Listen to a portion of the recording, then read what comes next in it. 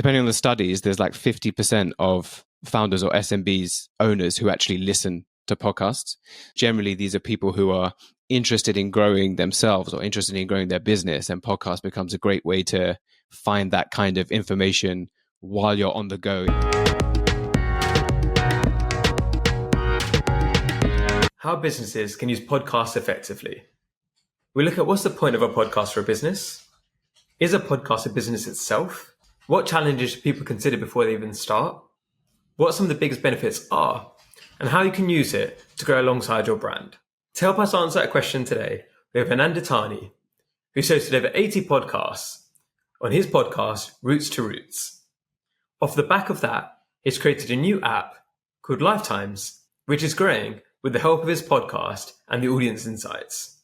I hope you enjoyed today's episode. I'm Amma from the Bay HQ, and this podcast is powered by HBC Innovation Banking. So Anand, great to talk to fellow podcaster on here. And obviously you've been building your podcast for quite some time now. What's been the point of that for a business, right? So why should business people consider even going into podcasting? Yeah, it's a really good question. Firstly, thanks for having me on. It is lovely to connect with a fellow podcaster and friend. But the interesting thing for me, and I'll set that precedence now, is like I started a podcast purely out of a huge interest that I had, and I did it over lockdown.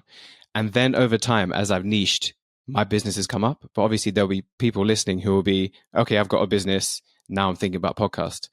And a lot of it in the beginning, I'll admit, I didn't understand the scope of how, I don't know if powerful seems like a cliche word to use, but it can be in like both a personal and professional sense.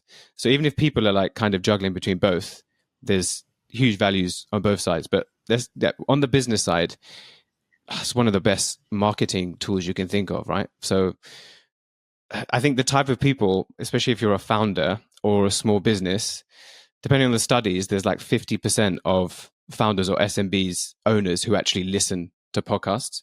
So if you're targeting that kind of audience, you will find them in the podcasting space, because generally these are people who are interested in growing themselves or interested in growing their business, and podcast becomes a great way to find that kind of information while you're on the go in a busy lifestyle, because you're not forced to sit through a 1 hour seminar, or you're not forced to sit and watch a YouTube video. You can be like, okay, I'm in the car, or all right, I'm I don't know, cleaning my room and I haven't got enough time. Let me just listen to something.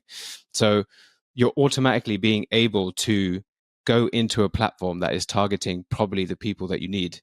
And medium-sized like business workers or owners, the number actually grows. So the higher you get in the SMB space anyway, you're actually reaching more of those guys. So marketing-wise, yeah, it's been an excellent realization that it's not just a place where people listen to stuff like Call Her Daddy.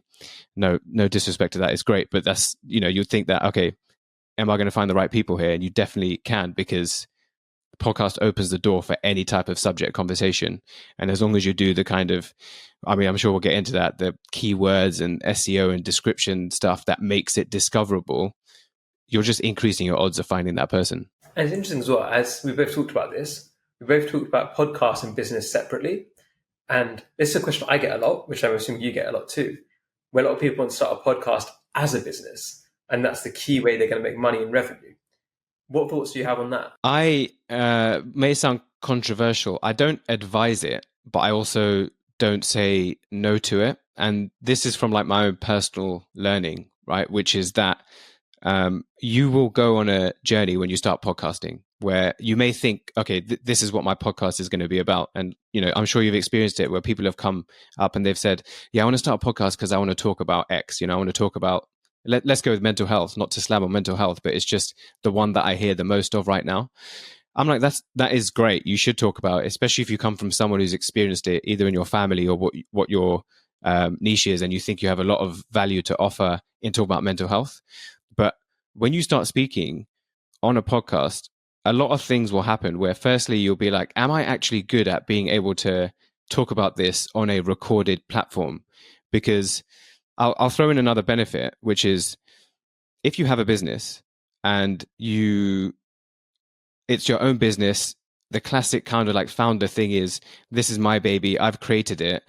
I'm really good. If you're really good at having that like one-on-one conversation with people to talk about what your business is, the issue is you can't have thousands or even hundreds of one-on-one conversations all the time to reach all those right people.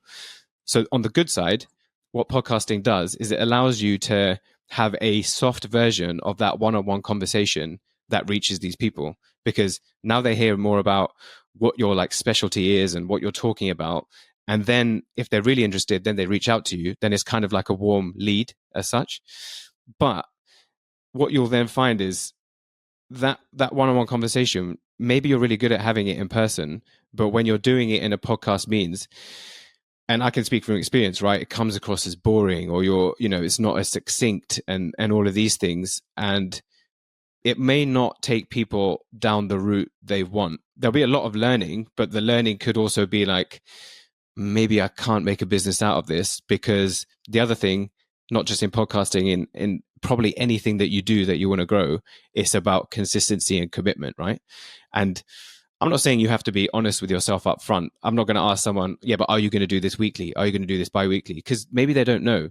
But all it will become is, okay, try it out, right? Try it out for 10 episodes. Don't dedicate to being like, I'm going to throw in 10K because this is going to become 50K. Because, you see the Stephen Bartlett's and Chris Williamson or whatever, and you think they've done it. They've done it because, firstly, timing helped, and maybe their network that they had, but mainly is they just weren't consistent with it. So try 10. Don't put all your like eggs in this basket, like this is going to be my business. But yeah, let it find your niche for you. If you don't really know that strongly, see if you can actually pick up that sort of audience. And you don't need to put a number on the size of it, but something that I learned off you in what what I've heard from you say is that it's, if you start with people that you know and people that you think are people that are interested in what you're talking about, again, let's talk about mental health, and then you either send them the episode if you're doing a solo one, or you get them on as a guest, start with there and then let it grow and see if it reaches more people, because word of mouth is powerful. If a guest comes on, this is something that I've learned, if a guest comes on and they really want to share it and they then refer you to other guests, you're doing something right. If they don't really do that, then yeah, you either adjust and then and see if it works. But if you're just finding it's not working, and you found that all of a sudden this thing that you really enjoyed going into, you now actually don't enjoy doing it, and you're just doing it for the sake of it, it shouldn't be your business, right? Like any business, I guess it's like, leave your passion as your passion. Don't try and make it your purpose. And I think that's that big divide. Some things should be kept as a passion, even sport, right? One of the best things I heard was like, you don't have that flaw of excuse once you turn your passion into your purpose. Like if you love football, you decide to become semi-pro, you're going to have to do things like not go drinking on a Friday night, or you're going to have to do things like wake up early and go for that run, or like make sure you stretch, blah, blah, blah. All of a sudden you may find you hate football because you're doing all that. Podcasting is the same. You can do it as a hobby if you've got the time. If you don't have the time, you're like, oh man, I can't go and visit my girlfriend or boyfriend this weekend because I need to do this podcasting. I hate doing this. Don't make it your business, right? Yeah, absolutely. And I think that's the commitment side, which a lot of people forget, is that, and I think I completely agree with what it says, unless you can make a massive song and dance about starting a podcast. And it's like, I always say as well, don't do that until you've got at least 10 episodes where you've shown, actually, I do enjoy this and I want to continue doing it. Otherwise, then it does look silly, right? If you make such a huge fuss about like, I'm going to be a podcast, I'm going to be the next Stephen Bartlett, and then you give up after 3 episodes, and then people will be like, I told you shit, right? And for people who they're not thinking about this is going to be their business, right? So they're thinking, okay, I've got a business, I want to use a podcast to generate leads for me. Yeah. What are some of the challenges in that respect, right? Because as you know too, is that podcast as a long form format isn't the most discoverable. So what have been some of the challenges that you think that you've had, but also that other people are going to potentially suffer when they start their own podcast? Yeah. So when it comes to the challenges, I'll say that, so the barriers to entry for podcasting are actually very low, right? If you think about, like I said in the beginning, it's great for marketing, and I'll get into all the benefits of why it's great for marketing. But to start with, comparing it to like running Facebook campaigns and Instagram marketing and TikToks and all that, they can also be quite low. But obviously, you're talking about quite a significant budget sometimes that you put if you really want to get your name out there big time or your brand.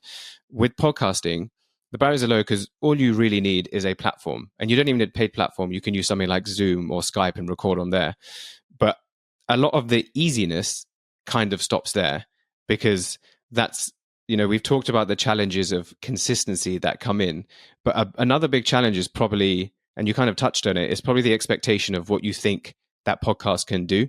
Because, and I've seen it, right? You've done way more episodes than me, but having done excess of 50 episodes and planned for like another, you'll be at least hit 100.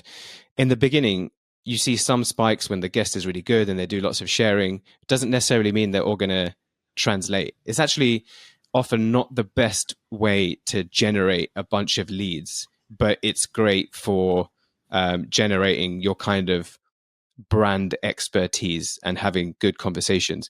So the challenge is the expectation that you probably set on what it can do.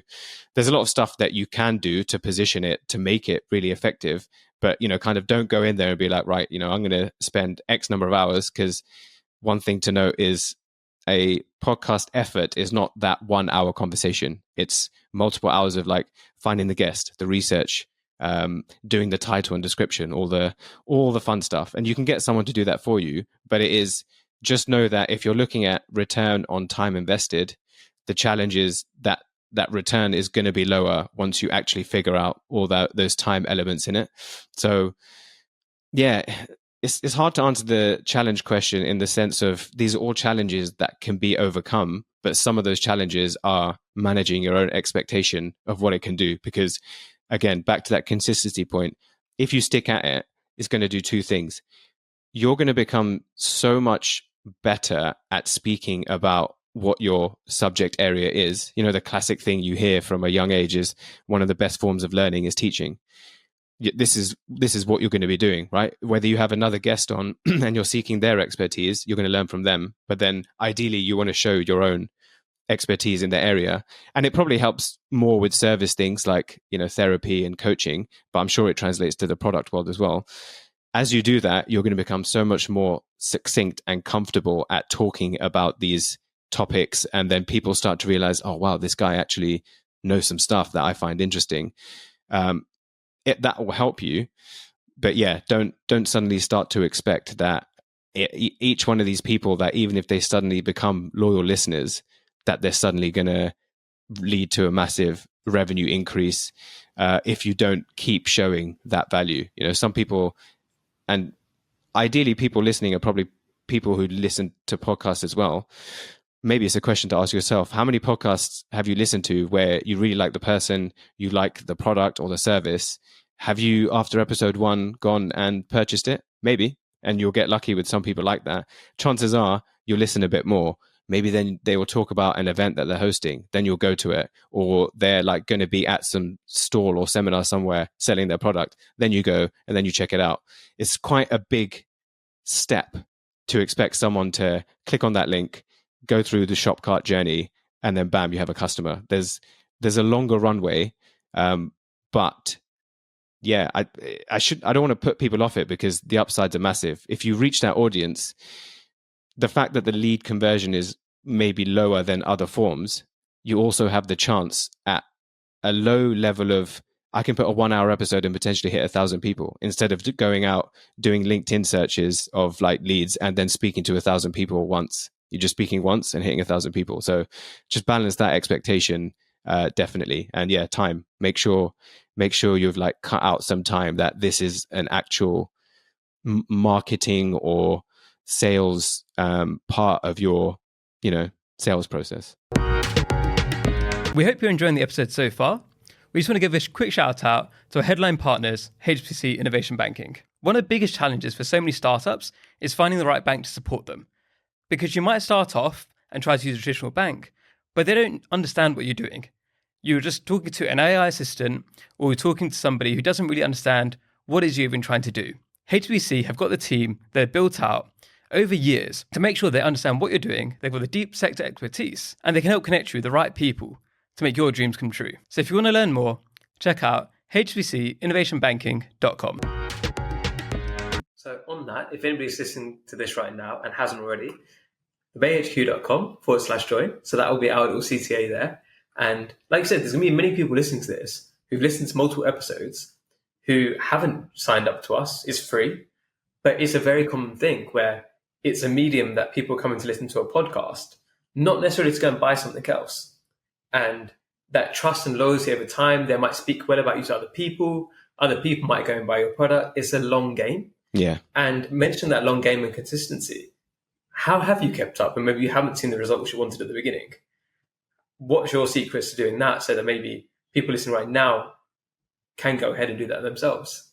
That is a really good question. It's a question that I've had to actually ask myself, especially when I was doing a lot of the editing myself, which is why am I still doing this? But that's where I think and probably I should have touched on this earlier, right? So if some people have that dream of becoming a podcaster, because it's great, especially if you follow podcasters, you see the spaces that they've got themselves into, very cool. And this is, again, I'm kind of like interweaving benefits with the challenges here, but it's good to balance both in your mind to know what matters to you more. So the benefits, and this is a quote that I heard off, do you know Timothy Ardu?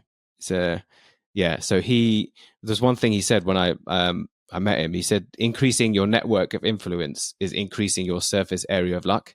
And the idea is like, the more people you speak to, so, having done 300 episodes yourself, some guests, you'll speak to them and then you'll probably never hear from them again. But then there's other people may even become friends. But in between that, there are people who they may not become your like friend that you speak to regularly, but they may remember you and be like, oh, hey, I'm hosting this event, or there's this really cool event going on. Do you want to come? Could just be a cool event. Or, hey, I just thought of you because I remember the conversation we had and blah, blah, blah. I'm now going to connect you. So it opens all those massive doors of like the influence that you have. But going back to your question of what's kept me going, you need to actually really be interested in what you're doing on the podcast, the topic area. So you were asking about the people who have like a business, right? Founders. Ideally, you're a founder or you work for a small company that has a high growth run rate because that's your baby or you really, really believe in it. So that's a really good starting point. So going into podcasting, you should actually really want to always learn more about whatever that topic is. Otherwise, it shouldn't really be your founding business. So for me, what's kept me going is that even though I didn't start with a business idea in mind, I actually just really cared about what I was talking about or what the guests were talking about on the show. And so even during the times of editing and the boring stuff, what I was editing was a conversation that I would have wanted to listen to anyway. And then if someone referred to be another guest because they said, this guest has a profile that fits your podcasting, right? Which is collecting stories of people's family background and how that's influenced the cultural differences they were raised in, and how those cultural influences and that generational impact has then gone on to, their founding passion or business. I really like those stories. Now I've niched down a bit more, and we can get into that in a sec, but I always enjoyed having those conversations. So even if my head was like, yeah, but I'm not actually, that last episode came out and it got zero return that I could see. I was like, yeah, but I loved meeting that person and what we spoke about was super interesting. So again, in the business sense, it's either you're speaking to a prospect or another expert in the field. And if that is your founding thing, whether it's a product, say again, you're into something really specific like prenatal or postnatal gym workouts for women, right? That's your thing. Then a podcasting is great because you can talk about all the things that you've learned and you know what your audience is going to be. But if you have an expert on, surely you're going to learn something for them. So you'll want to keep on doing it.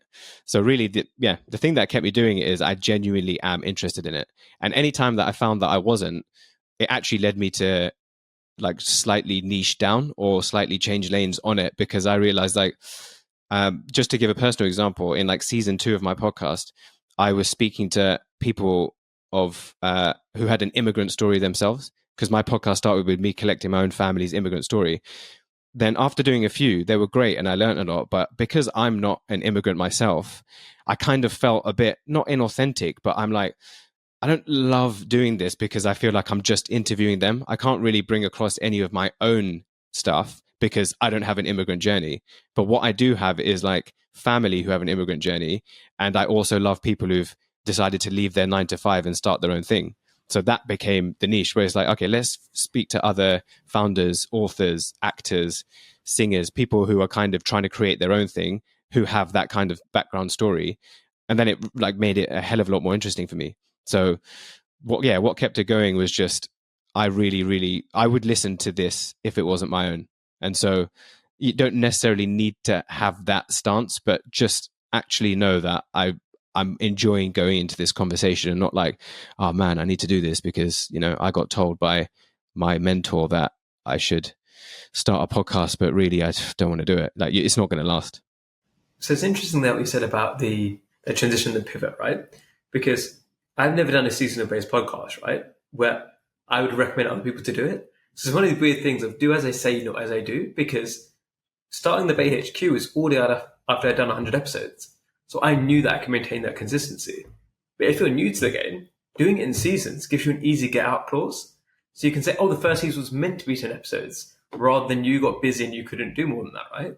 So I think it's quite a nice way for people listening. If you're thinking about, do I start or not? Just start with, okay, I'm going to do one season and then assess that. Was it useful? Did I enjoy it? And then go based off of that as well.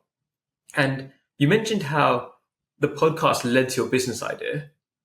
Can you tell us more about that? So how did the experience of interviewing people lead to ideas and customer research that could then create a company? Yeah, it's a really good point. And it's a really nice or like serendipitous time that you're asking this because I started the podcast in 2001 without a clear vision of where it was going to go.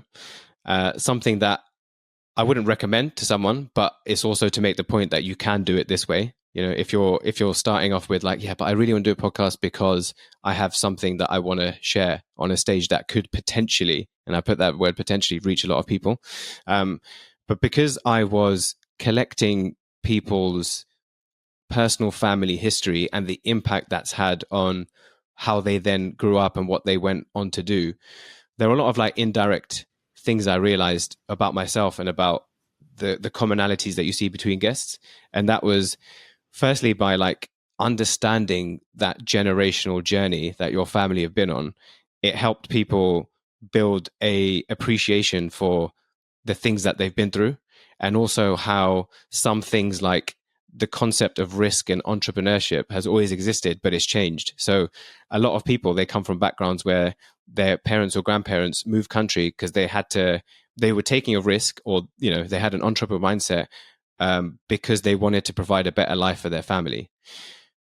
Because that's happened, a lot of the people I speak to, and of course, a lot of the time we're speaking to people who it's worked out well for them, but they are able to take their own risks because their family took a different set of risks that set them up for a life where it's like, okay, I don't need to worry about fending for my children, where it's like I need to leave country to do it, but I can now look at things that are going to create a positive impact on the world, right? So I can now leave my job and then put the money that I've saved up into starting a climate change business because I really strongly believe about climate change. So when those kind of stories of how much people understand about themselves and their identity and why they should now have an appreciation and a determination to be like, I'm going to go on and serve my own family legacy well by doing what I really believe in, it made me realize that the podcasting itself, it was one way of doing these conversations, but I wanted to now scale that through something like a tech platform, which again, the more I heard guests talk about starting a tech platform of their own, I'm like, man, I really want to do this. So then I thought, why not create an app that encourages people to collect these family stories themselves rather than coming on a podcast to do it? Because at the end of the day, there'll be certain things in their family journey that they probably want to maintain within their family, right? To then share with, I want to hear from my grandparents because I want my grandkids to hear it. I don't necessarily want to tell Anand the full details in a 1-hour episode that's going to shoot out to his audience. So then that led to create Lifetimes, which is encouraging people to collect media, either in the form of audio, video, or pictures, store it on a family timeline, and preserve it. So, yeah, their grandkids can know something about their great granddad that we didn't have the opportunity to know it. So, again, if you asked me a year ago, if you were my like business mentor, you could have probably helped me figure out this idea. But if you're like, oh, hey, you're gonna create a tech platform, I'd be like, no. But then just naturally over time, I'm like, okay, this idea just kind of formed because there was suddenly started to be some like indirect benefits of my conversations that were enlightening me to go on that journey. So I don't know. I don't know how common it is to say that would happen for another person if they started a podcast, but just to know that, yeah, like you, again, back to the thing, go 10 episodes, don't set high expectations, but just leave your mind open for the fact that I'm probably going to discover stuff about myself that I didn't expect to, i.e. on the good side, which is it's helped me come up with a business idea and it's expanded my network, or on the bad side, which is, man, I'm terrible at this, or I don't enjoy it at all, or wow, I've sacrificed, my social life, and I don't want to do it anymore. And how are you going to use the podcast to help actually grow the business now? I think this thing will be really useful for people because, again, figuring it out. So podcasting, the great thing about it, yes, it's a 1 hour episode, but it's so multi-dimensional, right? So I don't want to talk too much about a space that I'm not an expert in, but the SEO side of it, you do a podcast, off the back of that, you upload that. If you have done video form or even this kind of like online conversation, you can turn that into short clips. You can then create transcripts off of it, which most likely are going to have keywords in it. So I'm going to just focus a lot more on that stuff now that I've niched in on what the business is. Some people will be lucky because they've got the business, then they're going to start the podcast, then they already can do the next bit. But it is kind of, I've got an easy route to create SEO content on my website that doesn't require me to write long blogs. I just transcribe it, make sure the keywords are correct. I've actually hired someone to do that because learning SEO myself, I don't want to do it. I've done one piece of content that has multiple subsections that I can create off it. So that's really my focus. And then I'll be glad to speak again in like 6 months and see if it's actually worked. But it's one of the biggest strengths of it. You can create blogs, social media content, information products, whatever you want. That's what I'm really going to do now that I've like fully niched on. But it's taken years, but that is the plan. Awesome. So have to move to quick fire questions now because of time. So first one is, who are 3 British stations you think are doing incredible work and you'd love to shout them out? Yeah, this is basically going to be 3 guests that I've had. One of them is a guest you've had which is Navjot Sawhney, who's made the washing machine project, purely because firstly he's just a super kind-hearted guy, but also what he's doing with the washing machine project, that's really an example of taking your knowledge and really helping people with positive impact who need it. The other 2, one is Anand Dattani, and he's like his story is fascinating, but he does sort of a climate change recruitment business to really appeal to a generation of people from underprivileged backgrounds who maybe don't know that you can have a career in this space of like sustainability and climate change if you want. He's great. And then another girl who's half, she's mixed, but her name's Lucy Fulford.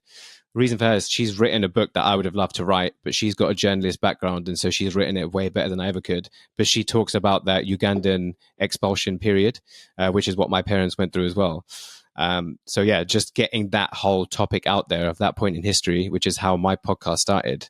Huge shout out for her writing that book. The book's called Exiled, by the way, if I didn't mention. Awesome. And then if people want to find out more about you, your podcast, your company that's coming out, where should they go to? Best place is probably my Instagram or LinkedIn. So Anand's World, ANANDSWORLD on Instagram, or Anand Dattani on LinkedIn. And then, there's the links to the podcast, but also the Lifetimes platform that's should be released in the next 6 weeks. Best place to find me. And is there anything that you need help with right now that the audience could help you with? Probably less on the podcast and probably more on the platform, because this is the first time I've ever created something. I've got an MVP that's in development. But if anyone is interested in like finding a way to gather their own family story and preserve it in a family tree and use AI tools and all the fun stuff, it's lifetimesapp.com, or you can reach out to me and be like, tell me more. That's on the, generating users, but anyone who likes to help people get their platform off the ground, I could do with endless support. I will wake up at 3 a.m. if that's the only time someone can make themselves available. But yeah, when it comes to, creating the actual MVP, getting it out there, pitching, all of those kind of things, I would happily use that support. So thanks so much for coming on today. Have you got any final words? Yeah, thanks so much. Probably just speak to people, man. Like podcasting is obviously super powerful in making social connection. But, back to that whole point I said about, growing your network, that increases your surface area of luck. Just go out, speak to people. I know it can be daunting, and I don't want to go down the rabbit hole of the whole loneliness epidemic since COVID, but founders can be some of the loneliest people. And every conversation doesn't have to be what's my ROI with that person. Just being able to maintain that like emotional uplift of speaking to people it helps people going. It helps like keep away disease and all the fun stuff. But just speak with people. It's great. Thank you for watching. Don't forget to subscribe. See you next time.